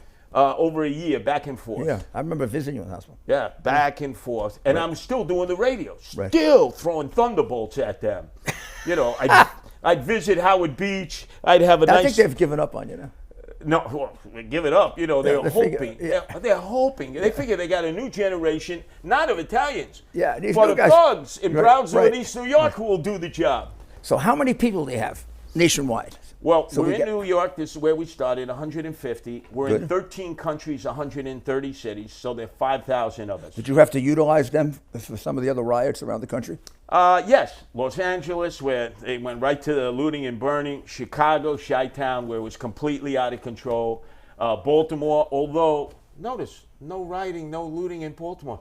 What did they learn from 2015 Yeah. and Freddie Gray? That gets you nowhere. Right. So you've noticed no rioting. No, Detroit, where we have Guardian Angels, and I was there amongst many riots. Nothing. Why? Because Detroit knows they have nothing left. That all the burning and looting got them nowhere. But you notice cities that typically rebound. Where was the looting? L.A., Chicago, New York. I also have to point out they're all ruled by Democrats. Not only Democrats. Liberal, left wing, Extreme let left-wing people out of Democrats. prison type Democrats. The David Dinkins of their So era. you have the benefit of having lived through Crown Heights, Washington Heights in the old days. Crown Heights at the time was described as the worst racial riot in the city in 30 years. Yeah. And we haven't had one since then. So this is now the next group of riots. How do you compare the two? Well, I was right in the middle of the Crown Heights. I know you were. Because the Lubaviches at 770 Eastern Parkway, they don't watch TV, but they listen to WABC. Yeah, they listen a lot, yeah. So with the first night of rampaging and arson that was taking place, they give me a call. And a lot of people don't realize it. At that time, the whole world was watching Gorbachev and his wife, who had been kept in their dacha by the generals who took over Russia. And the fear was the Cold War's coming back. Right. No Yeltsin had appeared yet to save the day. Right. So nobody's paying attention to Crown Heights, and a heavy rain had come that night, so everybody left. But then, when the sun came up, boom, they were out into the streets again. Kill the Jews, kill the Jews. So the Lubavitch called me and said, Curtis, can you come in here? They're rioting, they're looting, they're threatening to kill all the Jews. I said, I can't believe that. So I told the guy, let's get in the Avalanche. That was our truck at the time. Let's go in there. And I see a cordon of cops, St. John's Place, all the way down on Linden, and they're not letting anybody in and out. Right. But they're not doing anything to stop the rioting. And then, lo and behold, who do I see? Right near the precinct in Crown Heights, it's Al Slim Shady Sharpton and Sonny Carson, the Heckle and Jekyll of marauders. And they're firing up the crowd, mostly young black youth at the time. And the crowd is throwing things and acting they're violent? fired up. They're fired. Kill the Jews, kill the Jews. Oh, my God. So I positioned us right at Kingston and President, 2 blocks from World Lubavitch headquarters. And now the Lubavitch, they're like couriers. They're running down to me. We got a family trapped over in Buffalo, a family trapped over in Rogers Avenue. Can you go there, Curtis? No problem. Meantime, these thugs, they're in front of us. Cops are doing nothing. So I said, put the pedal to the metal. Turn them into speed bumps. Boom, we're hitting water. Bam, bam, bam, bam. People are like, whoa, guardian angels don't play. Total anarchy, totally out of control. The only time things got back to a level where the cops were allowed to be cops again, David Dinkins was in the public school on Schenectady. He was talking to the community and the marauders and rioters, because it was all debris on Eastern Parkway. They were refixing it. They start throwing it at the, hey, we want Dinkins. All of a sudden, Dinkins says, they're coming after me, Mr. Peace, Love, and Happiness. And he tells the cops, Kelly, who was a deputy commissioner, because out of town, Lee Brown was out of town, put it down. Put the riot down, and the cops went in and kept it quiet. But we were there for 3 months around the clock. The Lubavitch, to this day, will never forget that. Oh, I know they won't. And they'll never forget what happened. It was a pogrom from their point of view. Oh, and it was solely focused on beating the hell or killing Jews. Right, but if you notice, there were other elements of the Jewish community who abandoned the ultra-Orthodox. You didn't see the Reform, you didn't see the Conservative. They were like... There was a bit of... We can understand how this can happen to them. And also, like, why did they stay there? Right. Because their Rebbe, Menachem Schneerson, said, we're not going to Orange County. Right. We're not going to... We're staying right here in Crown Heights. We're going to improve, not move. He was right. And then all of a sudden, I see all the other Jews parachuting down like they were members of the Israeli Defense Force. There was Schumer. There was Liz Holzman at the time. All of it, oh, we feel... I say, where were you when the Lubavitch needed you? You were there, Rudy. You were one of the few. I was there as a civilian, yeah. Right. You were one of the few. I was always very close to the Rebbe. Yep. And he asked me to come the second night because he wanted me to make a report directly to the federal government, because Bush 1 was the president then. Yep. And they kept feeling maybe they would need federal intervention. So we'll be back with Curtis in a few minutes, and we'll talk about all that experience you just heard about. All of a sudden, last 4 months, it gets repeated all again. And we'll see how the elder Curtis Sliwa deals with it. You're going to find out it's the same way the young Curtis Sliwa dealt with it. We'll be right back. Well, I think so far you have to have been riveted to listening to Curtis Sliwa. This guy's had a remarkable career protecting people and encouraging young men to do something good with their lives, because a lot of these young men he takes in probably going to go in a different direction, Curtis, if you didn't get them involved in something to enforce the law. And it works most of the time. Yeah. So that's another contribution that you make. But I want to get you now to today, because, as I said, it seems like we're right back where we started from. Oh, absolutely. And when did you realize that the protest was going to turn into a riot? Well, you got to have your boots on the ground. Because, did you realize that because of Minnesota? Because of what you saw in Minneapolis? No. And the mayor kind of caving in there? No, I knew there would be ramifications. Yeah. But I knew that L.A. would be first and foremost. So I was hearing from the guardian angels there. Okay, right, but you have people in all these places. Oh, yeah. Everybody should know that, right? That they weren't hitting South Central and Watts and Compton now. They were up on Melrose, Fairfax, near Rodeo Drive, Santa Monica. Is this an Antifa strategy? No, that was straight out black gangs, Bloods, Crips, realizing, hey, it's time to go get paid. That's what they were saying. Yeah, there in the were streets. a couple of techs that were caught. Yeah. A couple of techs saying we're going to go for the big money. We're going to go for. Because remember, one thing LA is they know how to loot. We Right. saw that during Rodney King riots. Better than us. Right, much better. So now everyone here is watching what's going on there, and now they got WhatsApp, they got instantaneous communication. So the young gang members here are realizing, hey, it's time to get paid. So you have the demonstrations, no justice, no peace. They're going all around. About 4 o'clock, the young ones come. I could see them coming out of the subway. They all were dressed similarly. Black pants, black shoes, black hoodies, and they have the white masks on. And they're going out in groups of 6 or 8. But first they're scoping. It's like they got the periscopes up. And they're walking around. I could see them near Macy's in Midtown. I could see them in Soho. You could see the difference between them and the other protesters. Oh, yeah. Let's call them the and peaceful. the age. Most of the protesters were hipsters and millennials. These were A lot of teenagers. whites too, right? Yes. Oh, mixed.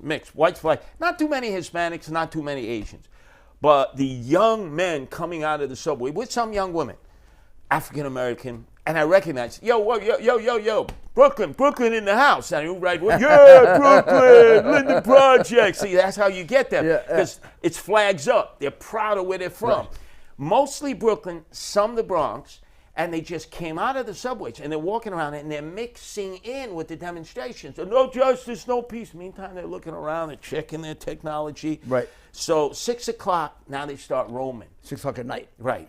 And they get in the city bikes and they get in the little scooters that you could rent. And they're going all over and they're target 1, target 2, target 3, target 4. And they're already agreeing amongst one another. Let's not fight. There's plenty of loot here. Right. You go east, we'll go west. Were they looking to make a score? I mean, some of that was. Someone said they took $2 million worth of watches. Yeah, they knew So where all the that's good- big. That's big money. That's Look, that Rudy. That's not just looting money. They weren't hitting dollar stores. No, they weren't So hitting some dollar stores. of this is to fund their operations. Oh, absolutely. And it's stuff that you could trade out in the street for Yeah, cash. that's what it looked like to me. It looked like a much compared to our old riots, Right. where they just trash an entire block. They'd even leave stores alone. Stores where they didn't think they'd make Oh, yeah, much. and plus- you'd go 3 stores, they'd be fine, and all of a sudden, boom, open, took everything out. They didn't burn them out. You see it a lot of times. In L.A., they were burning them out. Right. Back in the blackout, 77. Wasted time. No, but they knew they would restock and Yeah. maybe come back again. See, they're thinking like capitalists now. They're not thinking like just So when you terrorists. say they, who organized this? The leaders of the gangs. The gangs in New York. Yes, the gangs in New York. And what's Antifa's role here? Antifa is that they provide the information of how to be more successful. So when I was growing up in the 60s, and you had a lot of radicals running the street, their Bible was the Anarchist Cookbook. A lot of them had the Anarchist Cookbook. They never made bombs, but you saw the Weather Underground. They'd end up blowing themselves up, Black Liberation Army. That was their manifesto. So Antifa provides all the information, but you don't have to go out and get it in a book. It's all online.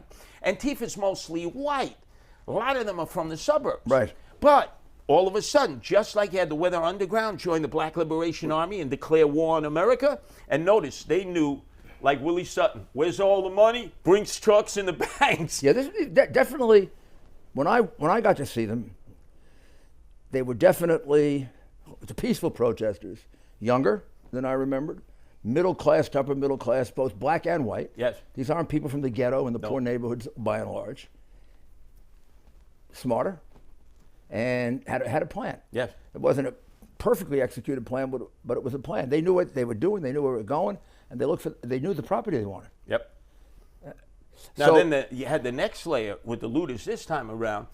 Guys coming in from Newark, and they were carjacking cars there, and we're talking high-end cars, Beamers and Benzes. So they're driving through the Holland Tunnel, and it's just like in the jungle. So the Lions go in. They pry open the plywood. They bust the glass. They chop the locks. They pour in. That's the first wave from Brooklyn and the Bronx.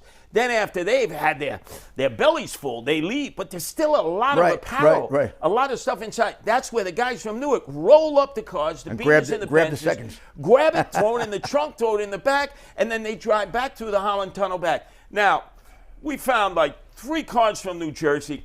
Unfortunately, Rudy, I don't know how it happened, but all the tires were flattened. You know, maybe the air was let out, but apparently some guys in red berets and red sateen jackets knew exactly that they were not going to get away with the loot. These cars were packed with loot, right. and we made sure they weren't going to get back to Newark. Right. So what did they end up doing? They probably took the PATH train home, right? Right. So remember, they didn't close the veins and arteries right. to the city. So their focus, stop the demonstrators coming over the Manhattan Bridge. Okay, I get that. But they didn't stop anybody from coming in from Newark or Patterson, who knew that there was a payday and a pecking order. And again, they all communicate. It was all quite civil amongst them because they said, there's plenty of loot, there's plenty of dough, no need to be battling one another, because normally they'd start fighting one another because it would be survival of the fittest, start winning. You didn't have to this time. A little mutt in scale, right? Little peewee, 13, 14, who would normally have to wait back for the older teenagers. No, they just wait. They'd be happy. They'd be roaming around. Okay, our turn. And then on their bicycles, they'd go in and they'd scoop out. And the reason they hit Macy's and went in there and busted it up, so they could bring stuff home to mom. There's nothing in Macy's for young people. This is for older people. Because notice, I always say, how could so many young teenagers be out, dressed all in black with backpacks, and you see them with baseball bats. They never played baseball in their life. You see them with lock cutters. You see them with all kinds of burglar tools. Right. And you mean to tell me their mother or father didn't know where they were going? And even if they went out the first night, you ain't going out. I'm sheltering you in. You're staying in the house. Now, during the pandemic, you didn't see young people running the streets. Somebody was keeping them at home. How come they weren't being kept at home when the parents knew there was looting going on? Isn't that kind of the core of the big problem? Why aren't they being kept at home? Maybe because there's let's be real here. No father. Let's be real here. A lot of this is unsupervised. There's no childhood. Parental control. Right. We see that in the schools. So we blame the teachers, we blame the educators. There's no control in the streets. So who do we blame? Who's the first line of defense? The cops. Let's defund, let's have midnight basketball again. Yeah, Bill Clinton, that did a lot of good. Midnight freaking basketball. Where is that going to get you? What these young people need. I think they want to do that again. They need charter schools. Look, in those same neighborhoods, those same kids, they go to charter schools, they're on their way to college, a better education. We got to get to your incident. Sure. How do you end up where you were and the fight takes place? What brings you there? Monday night, the looting. So Monday night we had already had, is that the Monday after the first weekend of yeah. Okay. And that was the worst night of looting. That's the one where they bum rushed into. Things were still very bad. The cops were still being held back. Told, stand down. Before Cuomo and everybody else beat them up. Right. Stand down. And so Macy's Herald is invaded. And I knew the Macy's was going to get invaded because earlier that morning on my way to WABC, I see all the plywood around. I say, they know they're going to get hit. They're the crown jewel. If you can invade Macy's, you basically say we control the city. This is like out of the Warriors. I don't know if you ever saw that cult classic about gangs, where the charismatic leader of the gang, Cyrus, assembles all the gangs to Van Cortlandt Park. And he says, there's 3 of us for every one of the cops. We can control the city. That's what it reminded me of. Right. They felt that way, you think? Yeah, they controlled the city. Particularly when the cops were, it was absurd. The cops were observers. Yes. Instead of interfering in the crime, you'd see a guy walk out with a bunch of dresses from a store, and the cop is watching. A bunch of liquor from the store, cop is watching. Now, having seen riots before in New York City, I said, where's the mounted units? They're the best. There's 55 professional mounted cops. First time I looked at it, I said, okay, the horses are coming in soon. Because it was a big crowd. It was clear that let's call them the agitators, mixed in with the peaceful ones. Yes. Some of the peaceful ones became agitators. Yes. So before you go too far with everyone's peaceful, some of the agitators got the peaceful ones to join. But if you're on a horseback, you can see that. You can see the guy getting the Molotov cocktail together. Right. You can see the guy taking the rock and putting it in a thing. And Rudy, having been at the Tompkins Square Park riots with the anarchists there, when the horse comes with the cop, everybody runs. Nobody stands. Horse. All you do is you put your plain clothes in there, give him a little receiver. The guy on horseback has a little radio, and he says, "Hey, the guy to your left, he's putting together a Molotov cocktail." Now, this is the other thing you mentioned undercover. Bam, grab him. How stupid was this? on that Saturday before the Sunday where the looting started, they have guys with orange fluorescent armbands, the undercover. So naturally, Antifa, Black Lives Matter, they're taking pictures, spreading it around. Why would you have undercover cops with the color of the day, orange fluorescent? Right. That's crazy. Right. Then, drones. We have 20 NYPD drones at Floyd Bennett Field next to the helicopters. They use drones for all kinds of crimes. They didn't use them? Not at all. How about the helicopters? The helicopters, yeah, but they're too high. The drones could have gone. No, you bring them down. Right, and they could have followed the looters, and they alerted the police. They didn't use the drone. And you know whose That's decision how we that ended was? the 100-man march. Right, but you know whose decision that was? It wasn't Dermot Shea, it wasn't Moynihan. It was the mayor. The mayor didn't want the horses. Remember, that's how he got elected. Remember what he said? We don't want horses in Central Park. So he was afraid of the animal people. Exactly. And then the drones, that's military. And what about the helicopter? Too noisy? Yeah, they were up there. But again, he didn't have them descend. You bring them down and they leave. Well, that's what happened in Tompkins Square Park. That's also what I did. The heli came down. I did it after the million-man march was scheduled from noon to 4. Yes. We went to court. Yes. We tried to get it prohibited. We lost. We really won because we got a time limit placed on it and a space limit placed on it. 4 o'clock, I get a call, and the call is from Chief Hale, and the chief says, Mayor, they'd like 15 more minutes. I'd say, why?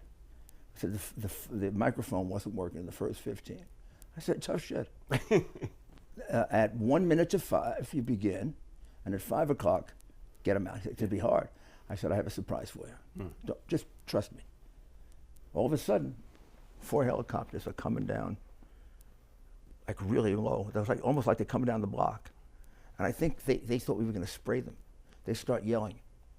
He's going to, I won't say the words that we're using, but he's going to spray us. He's going to spray us. He's going to spray us with that. We were having West Nile virus then. Yes. He's going to spray us with the West Nile virus stuff, and it kills you. Yes. It doesn't kill you. They all ran away. Right. Well, you know the term they have for it. They call them ghetto birds. Right. I mean, they don't the like helicopters they don't come like down. us. They don't like us. No, So, no. but tell me the store that you were protecting. Yes. How did you pick that store? How did you know that was going to be a target? Well, I saw. Because not every store was a target. No, but I saw the looters were circling. We're licking their chops. Right. This particular Foot Locker. And then I figured it out because they had broken in the first time, and we fought them off 35. This was at 8 o'clock at night, Tuesday night. And I go inside, and I see they had grabbed some of the loot, but we forced them to drop it before they left. And then I see in the back all of the limited edition Nike sneakers. This is like treasure. So how much do they cost? Oh, hundreds of dollars. Colin Kaepernick, limited edition. Michael Jordan, LeBron James, limited edition. All the sneakers back there. That is like. So the boys would know that. Oh, they not only knew it, they told us they were coming back, and I told us, there were only 6 of us, they're coming back. They mean it. Let's see if we can look at. So this is the first round, Curtis? Yes. So you got about 6 guys there, right? Right. Did you select these guys on purpose who have been through this shit before? Through this kind of thing before? Some of them are veterans, but some of them are rookies, and so they came in waves. You had You got a couple of big guys there. the looters who tried to get through first, and that's when you noticed we were exchanging blows. They picked up a city bike, and they conked me in the head. They Who's this guy talking to? I think that's just a journalist. But the point is, they're conking me in the head with the city bike and thought that would knock me out. And then all of a sudden, we're just battling them, and I guess they realized they weren't going to get in, but they told me they were coming back, and an hour later, Rudy, they came back with 300. Right. 300. And they were intent on looting. It wasn't until 11:15 that night. They hit you with a bicycle here. Bicycle, then later on, they hit me with a ball-peen hammer. They fractured my jaw. But And it was an one all-out of your brawl. colleagues got even worse. One of my colleagues, Aram, he had a busted eye socket, broken nose, 48 stitches, but he took a licking and came back ticking. We did not surrender 1 inch. I got to ask you, how do you get them to do that? I mean, basically, they don't have guns. Right. You don't have arms. You teach them martial arts purely defensive. Right.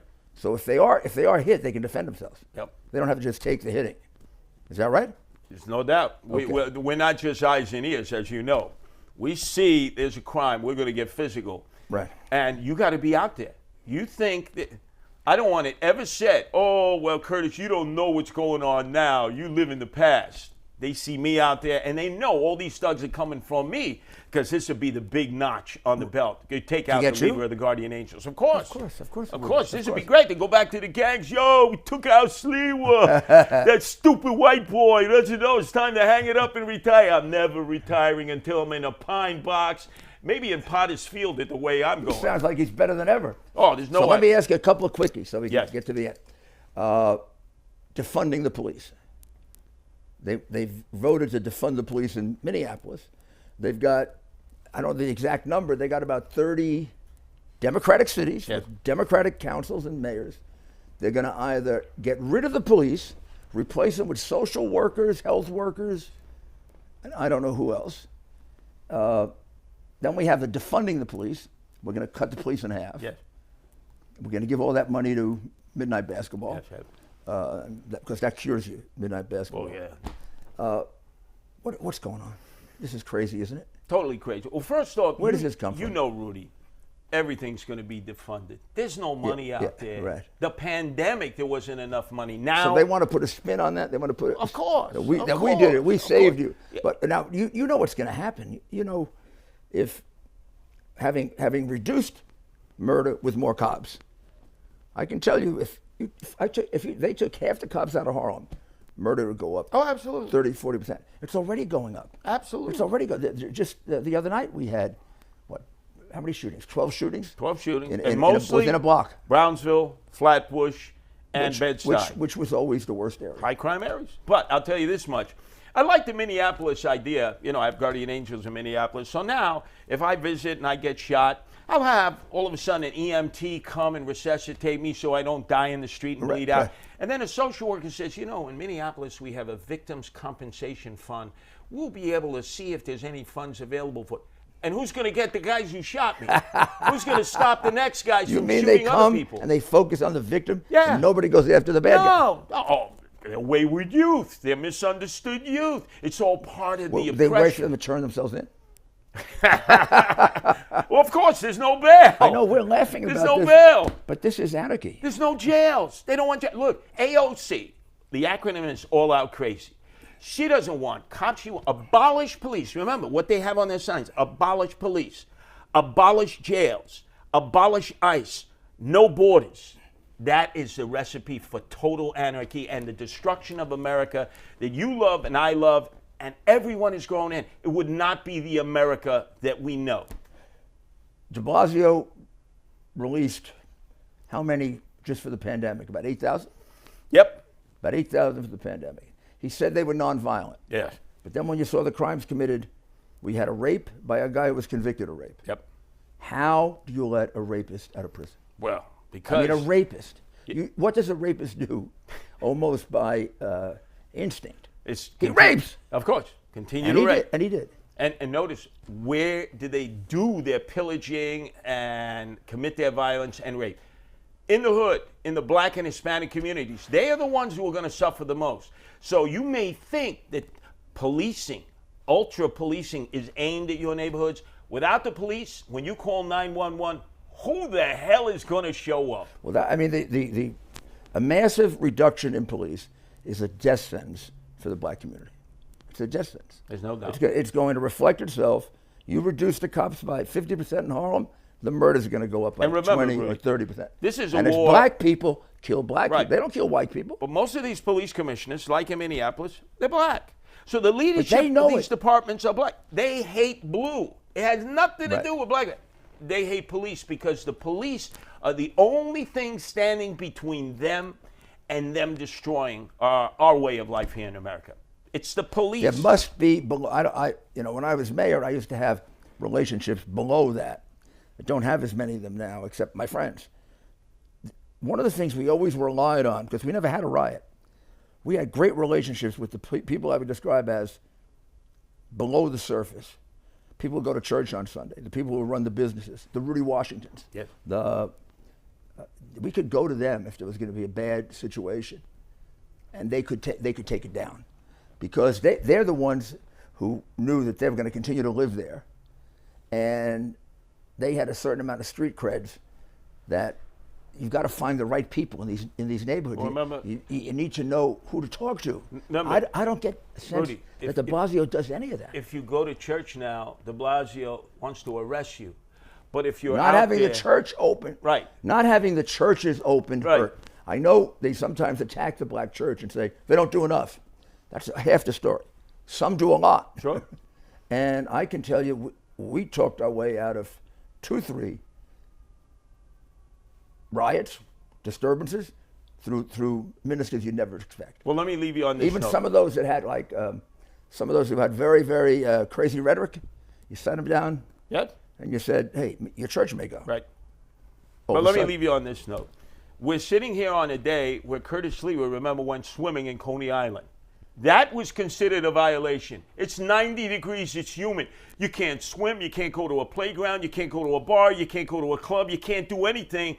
They got to open up New York City and allow us to live life again. And I tell you, these demonstrations will shrink because one of the reasons they're so large, and they're endless, they're morning, noon, and night, these young people have nothing to do. There's nothing out there. So this becomes a social event. You come out here, it's in the news. It's a happening thing. People are excited. So get back to a normal life, and people will return to a normal life. So that's what I'm intent on doing. Look, I never wore a mask, and I never socially distanced myself. And now all of a sudden they're saying, yeah, maybe we were wrong for the last 3 months. They destroyed our city. De Blasio has destroyed the city that you rebuilt, Rudy. But I got to run now, Rudy, because I got to go to WABC. You go ahead. You do that great show because you're helping to keep the city together. And we can't give up. We got to keep fighting back. And having you on the front line makes me very confident. Well, thank you. Thank you, God bless Rudy. you, Kurt. Appreciate that.